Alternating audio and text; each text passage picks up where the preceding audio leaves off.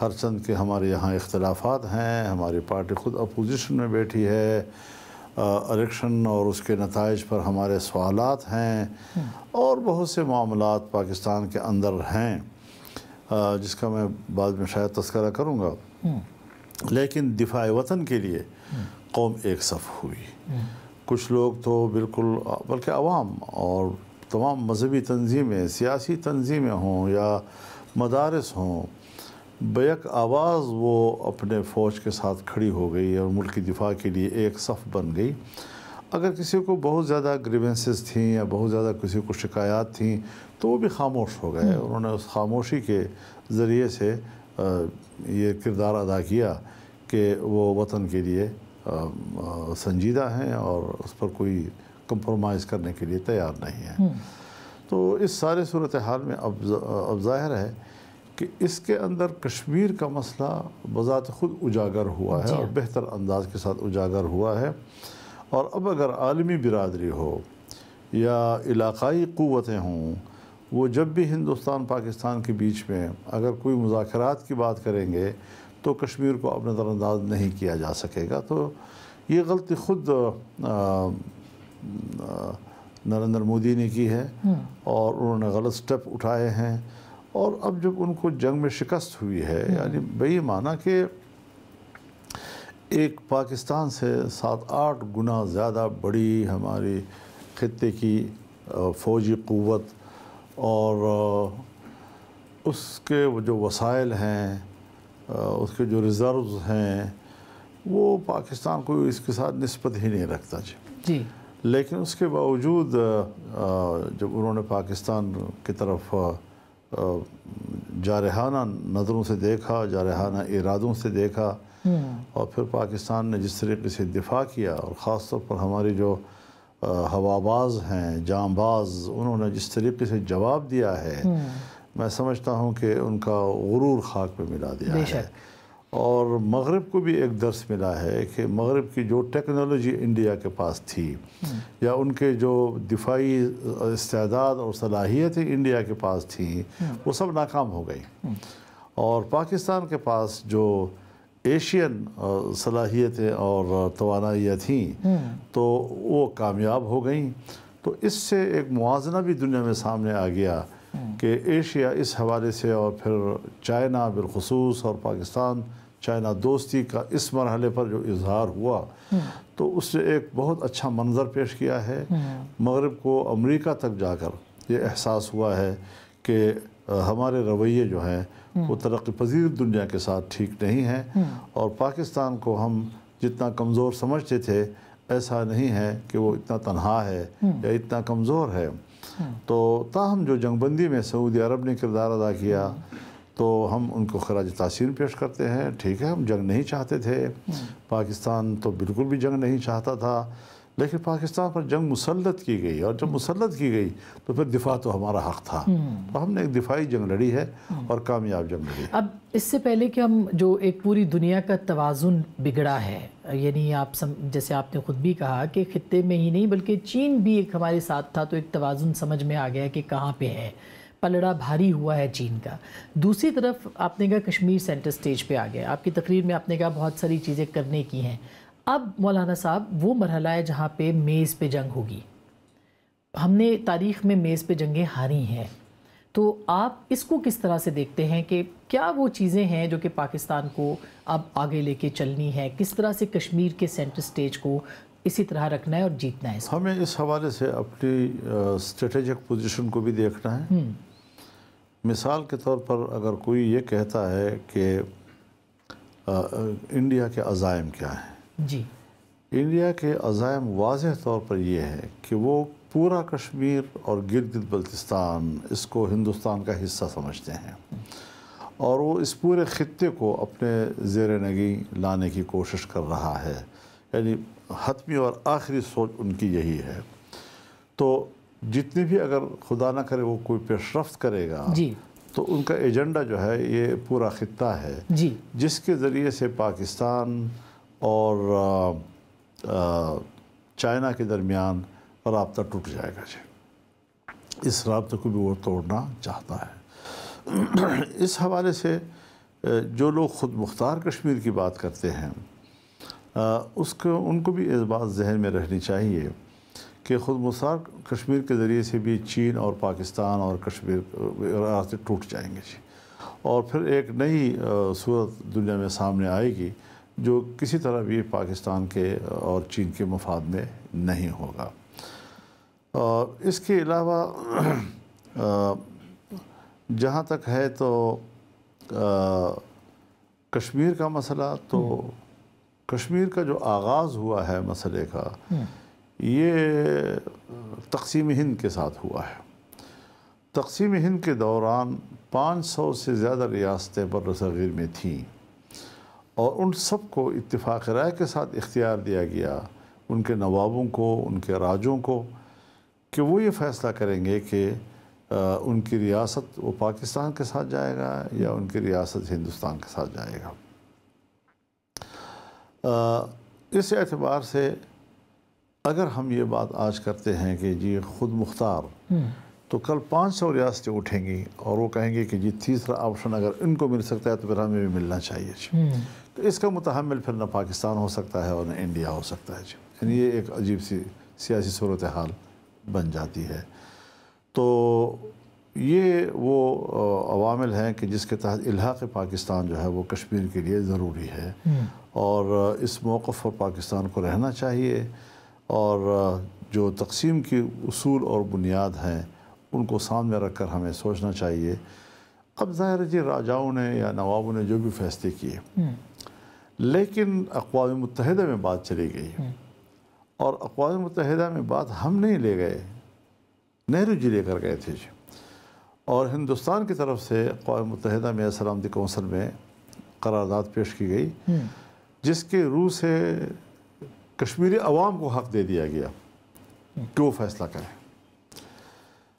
اب مقبوضہ کشمیر کے اندر مودی نے اپنے پورے اقتدار کے دورانیے میں یہ کوشش کی ہے کہ وہاں پر آبادی کا تناسب تبدیل کر دیا جائے، ڈیموگرافی تبدیل کر دی جائے، اور اس کے باوجود جبکہ اس نے سب کچھ انتظام کیا، بڑا پیسہ خرچ کیا انہوں نے کشمیر میں، لیکن اب جو الیکشن ہوئے تو اس الیکشن میں جو کشمیری عوام نے رد عمل دیا ہے اس سے تو ان کی کمر ٹوٹ گئی۔ اب ہندوستان کے اندر بھی ان کو اس دفعہ اکثریت نہیں ملی، اتحادیوں کے ساتھ مل کر اس نے کمزور حکومت بنائی ہے، پھر کشمیر کے اندر بھی ان کو دھچکا لگا۔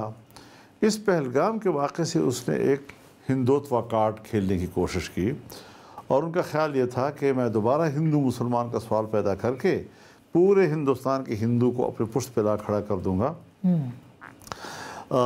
بطور کارڈ اس نے یہ ساری چیزیں سیاسی طور پر استعمال کی ہیں۔ یہی وجہ ہے کہ ہندوستان کے سیاستدانوں نے ان کا ساتھ نہیں دیا، اور انہوں نے بھی یہ اس کا ادراک کیا کہ یہ اس کو سیاسی کارڈ کے طور پر استعمال کر رہا ہے، یہ کوئی ہندوستان کے مفاد کے لیے نہیں کر رہا، ورنہ اس قسم کے واقعے تو پہلے بھی ہوئے ہیں، اور کچھ دن ناراضگیاں رہتی تھیں، کچھ رابطے ہو جاتے تھے، معاملہ ختم ہو جاتا تھا۔ تو مودی صاحب نے جو فیصلے کیے، قدم قدم پر اس نے غلط فیصلے کیے، ان پر قوم کا اتفاق رائے نہیں ہوا، اور پاکستان کے اندر یکسوئی آ گئی، اور پوری قوم ایک صف ہو کر اس نے دفاع کا حق ادا کیا ہے انہوں نے۔ امریکہ کے کردار کو مولانا آپ کیسے دیکھتے ہیں؟ کیونکہ ایک ایسے ٹائم پہ سیز فائر کی بات کی امریکہ کی جانب سے آئی، ثالثی کی بات ہوئی کشمیر پہ جس کو کہ ہندوستان کبھی نہیں مانتا تھا، اس وقت بھی مودی جی کے اوپر بہت تنقید ہو رہی ہے انٹرنلی، تو کیا امریکہ نے اس ایسے ٹائم پہ جب وہ شکست خوردہ تھا اس کو ریسکیو کیا بھارت کو؟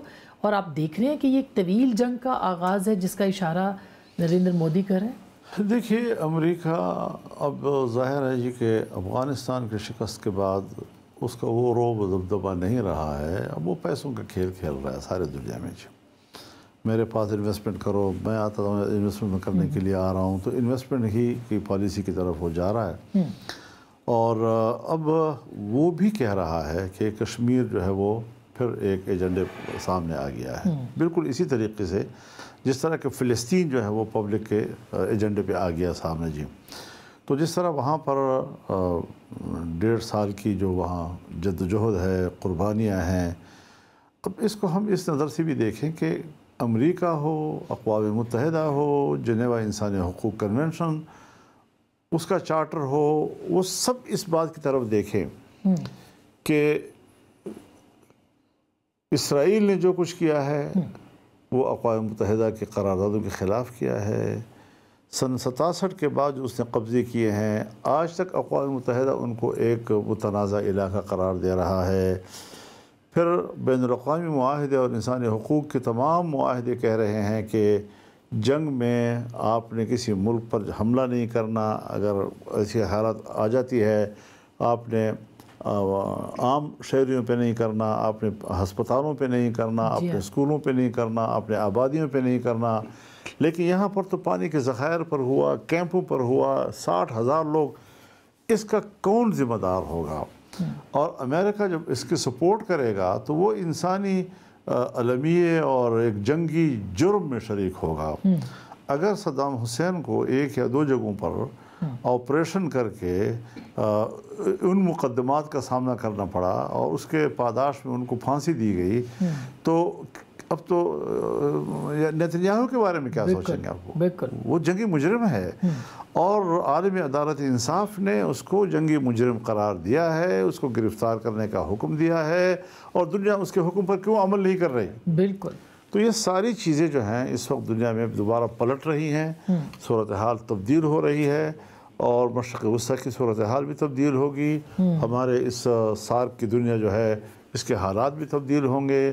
ایک نئی ایشیا کی تشکیل جو ہے وہ آنے والے مستقبل میں لازمی ہو جائے گی، اور اس کے اپنے خد و خال ہوں گے۔ جہاں پر اگر امن ہے تو پھر امن کے لیے امن کے راستے اختیار کرنا۔ تو امریکہ جو ثالثی کا کردار ادا کرنے کی بات کر رہا ہے، وہ محض آپ کو لگتا ہے کہ صرف اپنی اس علاقے میں چودراہٹ کے لیے ہے، یا وہ کر سکتا ہے یہ کردار؟ امریکہ کے ذوق یہ ہے کہ میں بڑی طاقت ہوں، اور میں ابھی، حالانکہ وہ اب ایک محوری قوت نہیں رہا ہے۔ اب تو چین، رشیا، بہت لوگ آگے سامنے آ گئے ہیں، نئی نئی تنظیمیں وجود میں آ گئی ہیں، برکس وجود میں آ گیا ہے، ایک ورلڈ بینک کے مقابلے میں چائنا کا بینک وجود میں آ گیا ہے، اور 1 بیلٹ 1 روڈ کی پالیسی کے تحت پوری دنیا کے ساتھ معیشت اور ان کے ساتھ رابطے اور سڑکیں، ان کے جال بچھانے کی ساری چیزیں جو ہیں اس وقت دنیا میں آ رہی ہیں، اور یہی چیزیں جو ہیں وہ آنے والے مستقبل کو تبدیل کریں گی۔ اور خاص طور پر یہ جو پانی کا مسئلہ ہے وہ اب دوبارہ ایجنڈے پہ آئے گا، اثر نو آئے گا، اور پاکستان کو ایک مضبوط موقف کے ساتھ میز پہ بیٹھنا ہوگا۔ آپ نہیں سمجھتے کہ ہندوستان اس کی کوشش کر رہا تھا، اور بارہا اس نے کی پچھلے 4-5 برسوں کے اندر، کہ سنتاس کے معاہدے کو جو ہے دوبارہ سے دیکھا جائے، اور پہلگام کے بعد وہ اس پوزیشن پہ آ گیا کہ اس کے اوپر بات کرے؟ اب اگر UN میں جاتی ہے بات، یا امریکہ ثالثی کراتا ہے، تو آپ کہہ رہے ہیں کہ پاکستان کو اس کے اوپر جو ہے وہ اپنا حق ماننا چاہیے۔ ہم نے سنتاس میں پہلے ہی 3 دریا ان کو دیے تھے، کیا اس کے اوپر اس کو ری نیگوشیٹ ہم اپنے نظر سے کریں گے اور وہ اپنی نظر سے کریں گے؟ تو حالات پھر بگڑ بھی سکتے ہیں۔ اس پر میں سردست تو کوئی تبصرہ نہیں کر سکتا، کیونکہ میں اب اس پوزیشن میں نہیں ہوں، لیکن بہرحال پاکستان کو اس پر غور کرنا ہوگا۔ اور پانی کے حوالے سے ہندوستان جو روز روز ہمارا پانی روکتا ہے، ہمیں پانی روکنے کی دھمکیاں دیتا ہے، اس سے مستقل طور پر جان چھڑانے کے لیے کچھ نہ کچھ اپنی حکمت عملی میں تبدیلی لانے ہوگی ان کو۔ یہ پاکستان کو اپنی بطور ریاست اپنی تبدیلی لانا پڑے گی۔ اور اس میں چین کا کردار، کیونکہ اگر وہ ہمارا روکتا ہے تو چین بھی تو اپر سائڈ کے اوپر ہے، اور پھر اس پوری جنگ کے اندر چین نے ہمارا بے پناہ ان کا کردار ہے۔ تو ہم کس طرح سے خطے کے اندر پاکستان اور چین کا جو تعلق ہے وہ ایک نئی صف بندی کی صورت آپ کو لگتا ہے نظر آ رہا ہے؟ انڈیا نے اپنی حماقتوں کی وجہ سے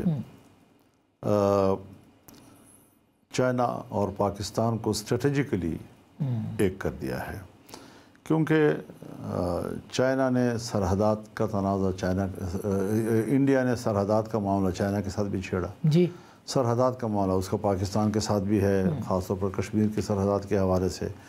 تو یہ ساری مشکلیں جو ہیں وہ اس نے خود اپنی طرف سے چین اور پاکستان کو ایک اسٹریٹجک پارٹنر قرار دے دیا ہے۔ امریکہ اس وقت پریشان ہے، کیونکہ امریکہ جو ہے ماضی میں وہ یہ کہہ چکا ہے کہ انڈیا میرا اسٹریٹجک پارٹنر ہے۔ ظاہر ہے کہ اس کی نظر میں وہ انڈیا کو چائنا کے خلاف استعمال کرنا چاہتا تھا، اور اس حوالے سے اس کو مدد فراہم کرنا۔ پھر پاکستان کو انہوں نے فرینڈ کہا، اس کو اسٹریٹجک پارٹنر کہا جی، تو فرق تو آ گیا ظاہر ہے جی۔ تو اس وقت اب اس کی سوچ تبدیل ہے، وہ فلسطین کے بارے میں بھی سوچ تبدیل کرے گا، وہ کشمیر کے بارے میں بھی سوچ تبدیل کرے گا، اس خطے کے بارے میں بھی اپنی سوچ تبدیل کرے گا، اور سرنو نئی پالیسیوں کی طرف متوجہ ہوگا۔ پرانا روب داب اور پرانے سلسلے اور پرانی سوچ اب آگے نہیں بڑھ سکے گی۔ اور اس میں کشمیر کی آپ جیسے بات کر رہے تھے کہ افغانستان کے ساتھ پاکستان کے تعلقات، کشمیر کے حوالے سے سینٹر سٹیج پہ آنا، حکومت کی جو اب تک کی اسٹریٹجی ہے وہ آپ کو مناسب لگ رہی ہے؟ کیونکہ مولانا حزب اختلاف کی طرف سے ہمیں، یعنی پی ٹی آئی ہے، آپ ہیں، پی ٹی آئی کی طرف سے ہمیں نظر نہیں آ رہا کہ اس مسئلے کے اوپر وہ اس کو کس طرح سے گائیڈ کریں، شیڈو کیبنٹ کے طور پہ، شیڈو گورنمنٹ کی طرف سے دیکھیں، مگر آپ نے کچھ تجاویز اس میں رکھی ہیں سامنے۔ دنیا میں اپوزیشن جو ہوتی ہے وہ ایک شیڈو گورنمنٹ ہوتی ہے، لیکن پاکستان میں نہیں ہوتی ہے جی انفارچونیٹلی۔ پاکستان میں کچھ معلوم نہیں اگلے پھر کون آتا ہے جی۔ جہاں تک ہے افغانستان کا مسئلہ، تاریخی اعتبار سے پاکستان اور افغانستان ایک دوسرے کے لیے بہت اہم ہیں جی، اور ایک دوسرے پر بہت سے معاملات میں ڈیپینڈ کر رہے ہیں۔ تو یہ تو بالکل واضح ہے کہ اب ڈیورنڈ لائن ہے یا پاک افغان بارڈر ہے، ہم تو بارڈر کہتے ہیں، وہ ڈیورنڈ لائن کہتے ہیں، اس پر پوری پشتون قوم آباد ہے، اور ایک ہی برادری، ایک ہی خاندان، آدھا ادھر ہے آدھا ادھر ہے، بالکل۔ تو اس کو تقسیم نہیں کیا جا سکتا۔ پھر ہمیں بہت سے حوالوں سے دیکھنا ہوگا۔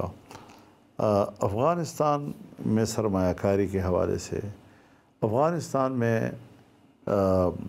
تجارت کے حوالے سے، افغانستان کے ساتھ سرحدات کے حوالے سے معاملات، مہاجرین کے مسائل و معاملات، اور پھر جس طرح پاکستان بار بار کہتا ہے کہ وہاں سے پاکستان میں حملے ہو رہے ہیں اور مسلح گروہ وہاں سے آ رہے ہیں، تو یہ ساری وہ چیزیں ہیں کہ ہمیں اس حوالے سے ترجیحات دیکھنی ہوں گی۔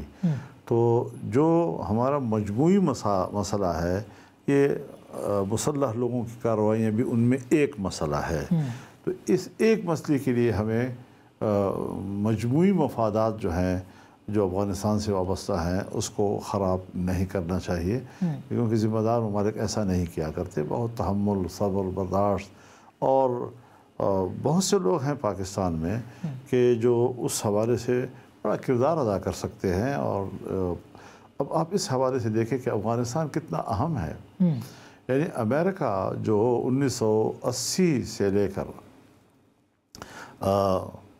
20 سال طالبان کے خلاف جنگ میں وہ قابض رہا ہے افغانستان کے اوپر، اب جب نکلا ہے تو فوجیں نکلی ہیں، لیکن بہرحال وہاں پر ان کا سفارت خانہ بھی ہے اور ان کے اداروں کے لوگ بھی وہاں پر اپنی طور پر موجود ہیں۔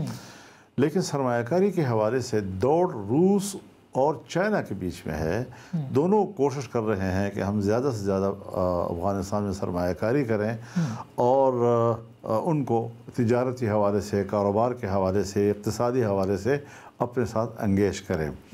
وہ بالکل اس بات کو نہیں دیکھ رہے ہیں کہ دنیا ان کے بارے میں کیا کہتی ہے، اقوام متحدہ نے کیا قراردادیں پاس کی ہیں ان کے بارے میں، بلیک لسٹ ہیں، یہ ہیں، وہ ہے، جو بھی ہو۔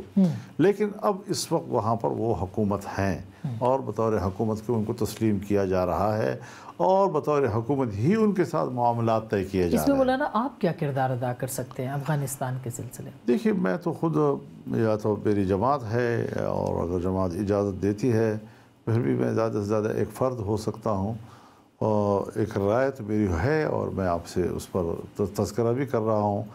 اور الیکشن سے پہلے میں خود جا چکا ہوں افغانستان، ہر چند کہ میں ان کی دعوت بھی گیا اور اپنی کیپیسٹی میں گیا، لیکن پھر بھی میں نے وزارت خارجہ کو اس بارے میں آگاہ کیا، ہمیں بریفنگ دی گئی، اور جو ان کے ساتھ بات کرنے والی باتیں تھیں وہ ساری ہم نے ہائی لائٹ کی، اور اسی کے مطابق میں نے جا کر گفتگو کی، اور الحمدللہ میں کامیاب ہو کر آیا، اور میں نے یہاں رپورٹ کیا ان کو، اور انہوں نے میری تحسین کی۔ اب یہ بات تو ان سے پوچھنے کی ہے کہ وہ پھر ان کو فالو اپ کیوں نہیں کر سکے جی. میرا تو شکارہ گلا ہو سکتا ہے، لیکن وہ الیکشن کے حوالے سے، ان کے نتائج کے حوالے سے اختلافات میرے ہیں یا میرے تحفظات ہیں، لیکن جو طے ہوا اس کو فالو اپ کرنا تو ریاست کی ذمہ داری ہے، اور ان پر مشترکہ کام کرنے کا جو میکینزم ہے وہ تو ریاست کی ذمہ داری ہے، میری ذمہ داری تو نہیں تھی. لیکن اس میں ان کو کوئی خاص کامیابی حاصل نہیں ہوئی، اور بہت ہی ایک جزوی مسئلہ جس میں یقیناً یعنی فوج کو نقصان بھی ہوا ہے، فوج کو شکایات بھی ہیں، سویلین لوگوں کو بھی شکایات ہیں، ہمارے ریاست کو بھی شکایات ہیں، لیکن شکایات کو دور کرنے کے جو راستے ہوتے ہیں وہ سب مثبت راستے ہوتے ہیں، اور ان تمام مثبت راستوں کو، سفارتی راستوں کو، ڈپلومیسی کے ذریعے سے ان چیزوں کو حل کیا جا سکتا ہے. تو ظاہر ہے اگر ریاست کو اس بات کی ضرورت ہو کہ ہم وطن عزیز کے مفاد میں کچھ کر سکیں تو یقیناً ہم اس کے لیے آج بھی تیار ہیں، کل بھی تیار تھے، اور ہمارے علاوہ اور بھی لوگ ہوں گے جو وہاں مؤثر ہوں گے، اور ان کی بات کو وہاں پر بڑی عزت سے سنا جائے گا اور دیکھا جائے گا. تو اس کے لیے کوئی ایسا ویری امپورٹنٹ سر. میں ناظرین ایک چھوٹی سی بریک لینا چاہتی ہوں. بریک کے بعد ہم بات کریں گے کہ کیا اس وقت پاکستان کی جو پارلیمنٹ ہے اس کی کشمیر کمیٹی کی اہمیت کتنی زیادہ ہے، اور افغانستان کے حوالے سے بھی اور کشمیر کے حوالے سے بھی پارلیمنٹ کا کردار کیا ہو سکتا ہے، اور ساتھ ہی ساتھ اس جنگ کے بعد پاکستان کے اندر بھی جو ہماری فوج ہے وہ ایک مضبوط پوزیشن میں آئی ہے، تو اس کا کیا کردار آگے ہونے جا رہا ہے، اس پہ بات کریں گے مولانا سے. ایک بریک، واپس آتے ہیں، ہمارے ساتھ رہیے.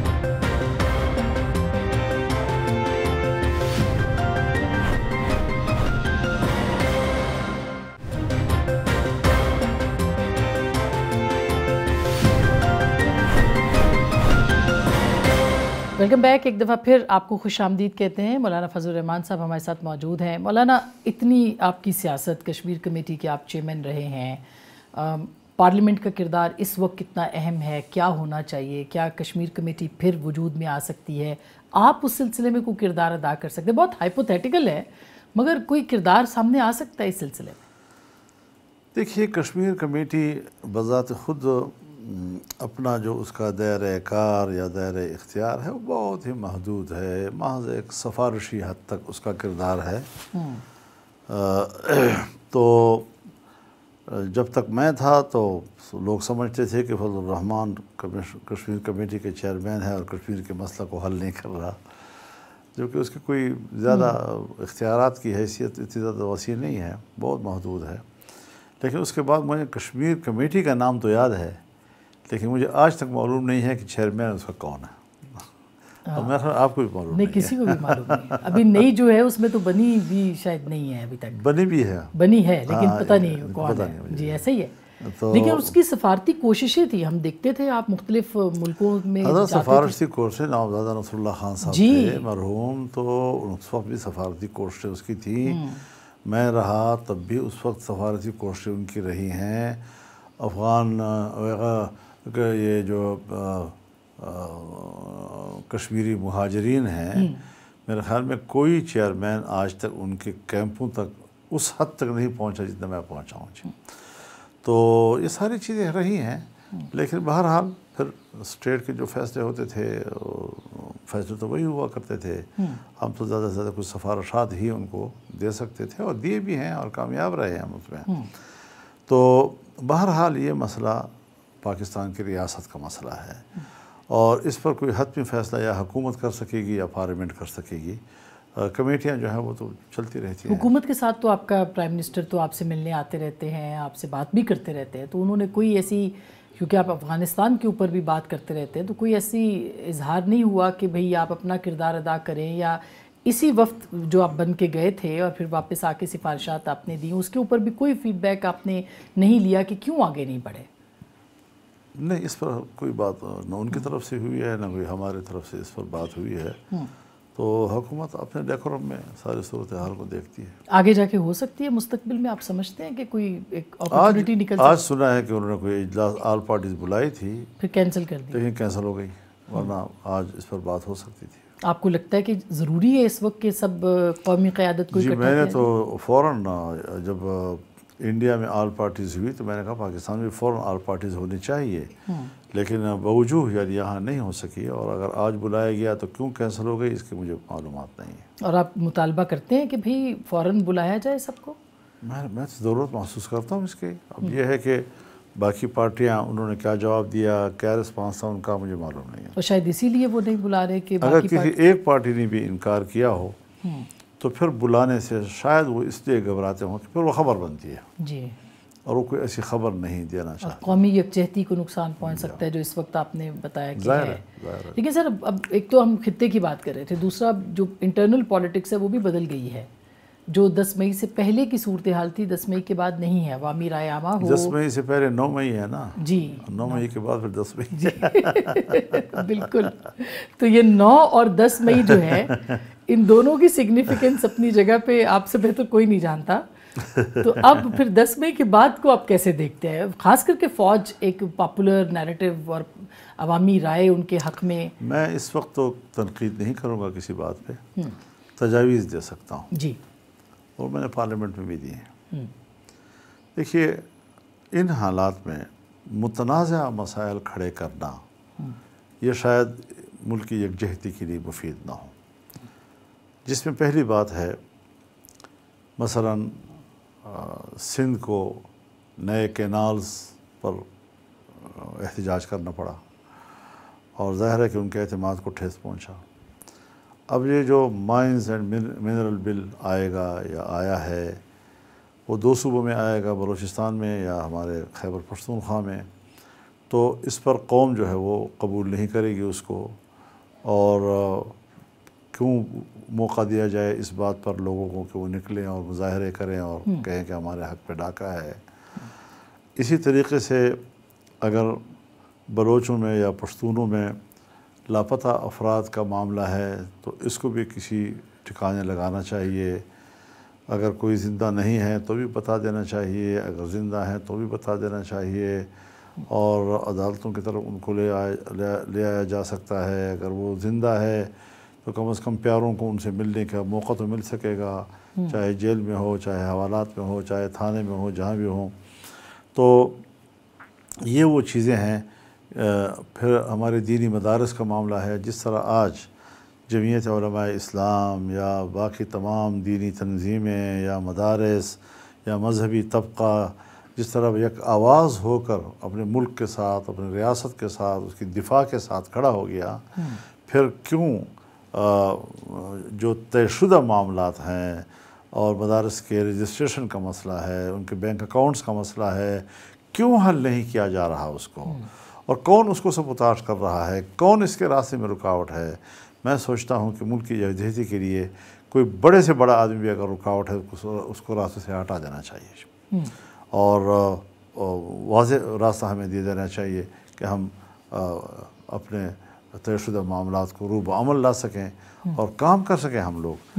تو یہ چیزیں ہیں کہ جو میں سوچتا ہوں کہ حکومت کو اس پر فوری طور پر عمل درآمد کرنا چاہیے۔ اور مولانا جو پی ٹی آئی کے، ظاہر ہے کہ آپ کے صوبے کے اندر آپ ان کے حریف بھی ہیں، خیبر پختونخوا کے اندر، پھر علی امین گنڈاپور صاحب کا جو ایک رویہ ہے، ان کے ساتھ آپ کی جو بات چیت ہوتی رہی، گرینڈ الائنس کی طرف آپ بڑھ رہے تھے، پھر آپ نہیں بڑھے، وجوہات کیا ہے؟ کیا صرف ایک اسپیسیفک علی امین گنڈاپور صاحب کا رویہ ہے یا کچھ اور معاملات بھی تھے؟ آسمان بھی یہ بات ذہن میں رکھیں کہ جمعیت علماء اسلام یا فضل الرحمن بطور اس کے امیر کے کسی فرد کو یا اس کے فرد کی کارکردگی کو بالکل بھی اہمیت نہیں دیتا جی۔ تو کے پی حکومت ہو یا کے پی ہو، یہ پی ٹی آئی کا مسئلہ ہے، اور ہمارے گفتگو اور معاملات پی ٹی آئی سے طے ہو رہے ہیں۔ اگر کبھی ان کا کوئی فرد میرے خلاف بیان بھی دیتا ہے، اور آپ کی میڈیا جب مجھ سے سوال کرتی ہے کہ بھائی یہ آپ کے خلاف یہ بات کہی ہے، تو میں اس میں بھی یہی جواب دیتا ہوں کہ بھائی یہ پارٹی کا رکن ہے اور اس کے خلاف خود پارٹی کو اپنی انضباطی کارروائی کرنی چاہیے، میں اس کا جواب نہیں دوں گا جی۔ اور ظاہر ہے کہ میرے رابطہ جو ہے ان کی پارٹی کے ساتھ ہے، گفتگو اگر ہے تو ان کی پارٹی کے ساتھ ہے میری، تو 1 سال سوا سال ہو گیا ہے اور آنے جانے میں گفتگو میں، لیکن چونکہ ہماری پارٹی کی تنظیم نو ہو چکی اور ہمارا نئے ادارے وجود میں آ گئے ہیں، تو اس وقت جو ہماری جنرل کونسل ہے کوئی 1400 لوگ اس کے ممبران ہیں، اور ان کا اجلاس ابھی گزشتہ 19-20 اپریل کو ہوا تھا۔ تو انہوں نے 2 دن اس پر بحث کی اور اس نتیجے پر ہم پہنچے کہ ہمیں فی الحال اپنی جدوجہد وہ اپنے ہی پلیٹ فارم سے جاری رکھنی ہے، اور جو روزمرہ معاملات پر جن مسئلے پر کوئی اشتراک عمل ہو سکتا ہے تو وہ اشتراک عمل کے لیے ہم تیار رہیں گے جی۔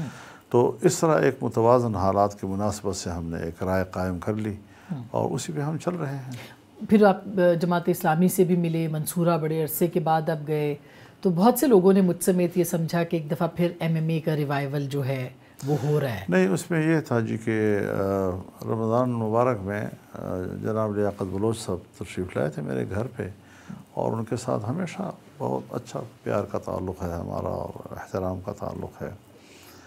تو میں نے ہی یہ سوال اٹھایا تھا کہ عرصہ ہوا ہے رابطہ نہیں ہے، تو رابطہ ہونا چاہیے۔ تو پھر میں نے ہی کہا ان سے کہ میں انشاءاللہ جب اپنی پارٹی کے اجلاس میں آؤں گا تو میں وہاں آپ کے منصورہ میں بھی آؤں گا۔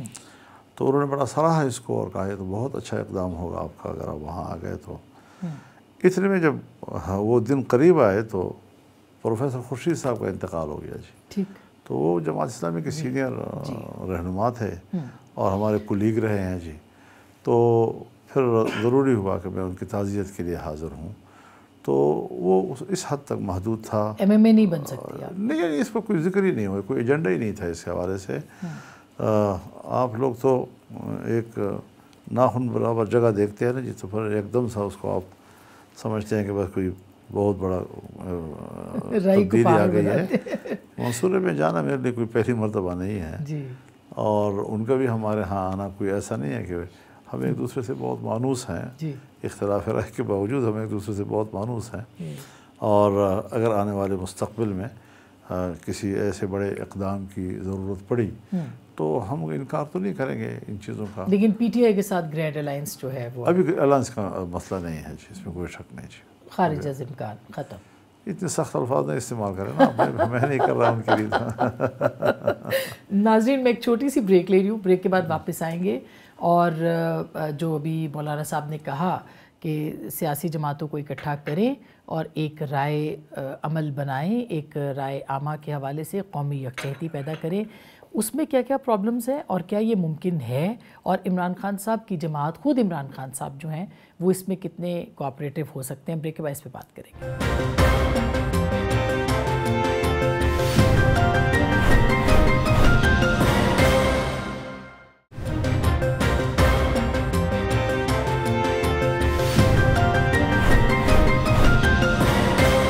ویلکم بیک، ایک دفعہ پھر آپ کو خوش آمدید کہتے ہیں۔ سربراہ جمعیت علماء اسلام جناب مولانا فضل الرحمان صاحب ہمارے ساتھ موجود ہیں۔ مولانا، اس دشت کی سیاحی میں آپ نے اتنا وقت گزارا ہے، سب سے آپ کے ذاتی مراسم ہے، یعنی نواز شریف صاحب ہوں، شہباز شریف صاحب ہوں، آصف علی زرداری صاحب ہوں، سب کے سب اس وقت آپ سمجھتے ہیں کہ ان کا کردار بطور سب کا، آپ مطمئن ہیں کہ ایک بطور لیڈر کے جو کردار ہے وہ اپنا کردار ادا کر رہے ہیں، بھلے وہ نواز شریف صاحب ہوں، زرداری صاحب ہوں؟ دیکھیے، مسئلہ اصول کا ہے۔ اگر میں نے 2018 کے الیکشن کو اس لیے قبول نہیں کیا کہ دھاندلی ہوئی ہے، اگر ہم نے 1977 کے الیکشن کو اس لیے قبول نہیں کیا تھا کہ دھاندلی ہوئی ہے، تو 2024 کے الیکشن پر بھی ہمارا اتفاق ہے کہ دھاندلی ہوئی ہے اور بہت بڑی دھاندلی ہوئی ہے۔ اب ان کی کیا مجبوری تھی اور کن مجبوریوں کے تحت، حالانکہ آپ کو یاد ہوگا جب 2018 میں زرداری صاحب نے کہا کہ دھاندلی ہوئی ہے تو اس وقت بھی ان کی سندھ میں اکثریت تھی اور حکومت بنائی۔ تو آج بھی اگر پنجاب میں ان کی اکثریت ہوئی یا سندھ میں پیپلز پارٹی کی اکثریت تھی تو مجموعی طور پر ملکی الیکشن کے بارے میں کوئی مشکل نہیں تھا کہ وہ کہیں کہ بھئی یہ زیادتی ہوئی ہے۔ لیکن انہوں نے 2018 کے نتائج کو تو قبول نہیں کیا، لیکن 2024 کے نتائج کو انہوں نے تسلیم کر لیا۔ تو ہم نے تو اپنے اصول پہ قائم رہے ہیں، اور پی ڈی ایم میں شامل جماعتیں حکومت کر رہی ہیں اور ان کا سربراہ اپوزیشن کر رہا ہے۔ آپ کے پاس یہ چانس تھا کہ آپ بھی حکومت کا حصہ بنتے؟ مجھے تو بہت کہا گیا، یہاں پر کتنے جرگے آئے، کتنے انہوں نے میرے اوپر پریشر ڈالا، لیکن میں نے کہا میں اس ہجوم کے ساتھ حکومت میں نہیں بیٹھ سکتا۔ تو آپ فریش الیکشنز کا مطالبہ کرتے ہیں، یا آپ سمجھتے ہیں کہ جو کہ اب آ بھی چکا ہے آپ کا منظر عام پر، لیکن ممکن نظر آتا ہے آپ کو کہ اس پہ عمل ہوگا؟ یہ الگ بات ہے، کوئی چیز ممکن نظر آتی ہو یا نہ نظر آتی ہو، عوامی رائے کس حد تک آگے بڑھتی ہو، لیکن اتنا ضرور ہے کہ حکومت کی دنیا میں مؤثر سیاسی قیادت یا مؤثر سیاسی شخصیات وہ پس منظر میں جا رہی ہیں، اور عوام جن کو لیڈر نہیں کہتی وہ اگر سامنے لائے جائیں گے اس لیے کہ اکثریت بنا کر کمزور لوگوں کے ذریعے سے اپنی مرضی کی قانون سازیاں کروائی جائیں گی، تو پھر ظاہر ہے جی کہ یہ چیزیں پھر نقصان کرتی ہیں۔ اور جس طرح آج کے اس ماحول میں جس قدر ضرورت نواز شریف کی تھی کہ وہ خود میدان میں آ کر ان کے پشت پہ آ جائیں، لیکن وہ بھی نہیں آئے جی۔ کیوں نہیں آئے آپ کے خیال؟ میں یہی کہہ رہا ہوں نا جی کہ وہ قیادت کو پس منظر میں پھینک دیا گیا ہے جی، اور یہ سوچنا ہے اسٹیبلشمنٹ کو اس حوالے سے کہ اس طرح کے الیکشن کہ جس میں صرف ان کے مرضی کی قانون سازیاں ممکن ہوں تب حکومت بنے گی، یہ شاید نہ ملک کے لیے بہتر ہے اور نہ ان کے لیے بہتر ہے۔ آپ کو میاں صاحب سے یہی شکوہ ہے کہ وہ خود بھی پیچھے نہیں ہیں، ان کو دھکیلا بھی گیا ہے، وہ خود بھی تو آ سکتے ہیں، ان کے اپنے بھائی کی حکومت ہے، ان کی بیٹی کی حکومت ہے، بس حکومتیں بن گئی ہیں جس کی اس پہ وجہ انہوں نے سے کمپرومائز کر لیا ہے، خاموش ہو گئے، کیا کرنا ہے، کمپرومائز کریں یا نہ کریں۔ لیکن اور عمران خان صاحب کے بارے میں آپ کیا کہتے ہیں؟ اس وقت کہا جا رہا ہے کہ قومی یکجہتی کے لیے ان کو رہا کیا جائے۔ ان کو دیکھیے، رہائی کا معاملہ نہ میرا ہے نہ آپ کا ہے، عدالتوں کا ہے۔ عدالتیں جو ہے اگر اس کو رہا کرتی ہیں تو سب سے پہلے میں خوش آمدید کہوں گا اس کو جی، لیکن ایسی چیزیں کہ جو ہمارے دائرۂ کار میں نہیں آتی، اور صرف ہم تو لیڈر جیلوں میں جاتے ہیں اور وہ جیل میں ہوتے ہیں، پارٹیاں باہر فیصلے کرتی ہیں، ان میں یکسوئی ہوتی ہے۔ یہاں تو عمران خان جیل میں ہے تو یکسوئی بھی موجود نہیں ہے پارٹی کے اندر، تو کس کے ساتھ بات کر کے اتحاد کی باتیں کی جائیں؟ یکسوئی نہیں ہے، یہ اختیار نہیں ہے ان کی پارٹی کے پاس، دونوں چیزیں تو یہ چیزیں ہوتی ہیں جو ظاہر ہے کہ ان کا کارکن بھی محسوس کر رہا ہے اس ساری صورتحال کو، اور وہ اس کی وجہ سے فکر مند بھی ہے، پریشان بھی ہے کارکن جو عام آدمی ہے۔ تو یہ ساری چیزیں مل کر ملک کے اندر طاقتور سیاسی نظام جو ہے اس کے نفی کو ہو رہی ہے۔ مولانا کوئی مشورہ جو آپ شہباز صاحب کو، شہباز شریف صاحب کی حکومت کو اور نواز شریف صاحب کو اور زرداری صاحب کو اس وقت دینا چاہیں؟ وہ تو میں نے دے دیا کہ ان حالات میں جس میں اس وقت پاکستان چل رہا ہے، جو چیزیں طے ہوئی ہیں ان پر عمل درآمد ہو، جو چیزیں طے نہیں ہوئی، متنازع ہیں، ان کو منظر عام پر کیوں لایا جا رہا ہے جی؟ تو یہ ایک مشورہ میں اس وقت دے سکتا ہوں ان کو، اور یہی اور ہم آہنگی کے لیے پہلا سٹیپ کیا ہو سکتا ہے آپ کے خیال میں؟ کوئی ایک قدم جو کہ اٹھایا جائے اور ہم آہنگی پیدا ہو؟ آپ نے دیکھ لیا جب ملک کے لیے سوال پیدا ہوا تو ہم آہنگی بھی پیدا ہو گئی، اور ہم نے تو اس میں تو کوئی مشکل نہیں ہے۔ وہ جگہ تو پھر جب آئے گی تو پتہ چلتا ہے نا جی۔ اب اگر اور مگر کا تو جواب نہیں دیا جا سکتا نا جی، اس کا تو کوئی سلسلہ ہی بند نہیں ہو سکتا۔ تو جو حالات آئے اس نے ثابت کیا کہ اب یہ وہ جگہ ہے جہاں پر ہمیں یکجہتی کی طرف جانا چاہیے، تو ہم گئے۔ بہت شکریہ سر، تھینک یو سو مچ۔ ناظرین، گفتگو آپ نے سنی، فیصلہ آپ کا۔